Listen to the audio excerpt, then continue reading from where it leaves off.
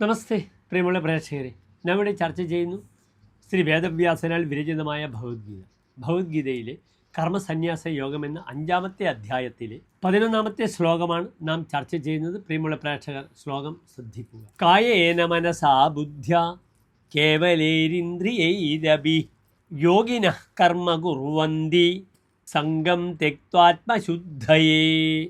ഇനി ശ്ലോകത്തിൻ്റെ പദച്ഛേദം ശ്രദ്ധിക്കുക. കായേന മനസാ ബുദ്ധ്യ കേവലൈഹി ഇന്ദ്രിയൈഹി അഭി യോഗിനഃ കർമ്മ കുർവന്തി സംഗം തെക്ത്വാ ആത്മശുദ്ധയേ.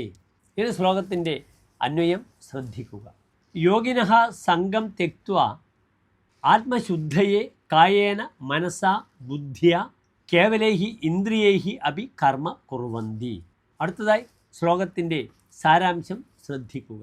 ഫലാസക്തി കൂടാതെ കർമ്മയോഗികൾ ആത്മശുദ്ധിക്കായി ദേഹമനോബുദ്ധികളെ കൊണ്ടും കേവലം ഇന്ദ്രിയാദികളെ കൊണ്ടും കർമ്മം ചെയ്യുന്നു എന്ന് ശ്ലോകത്തിൻ്റെ സാരം.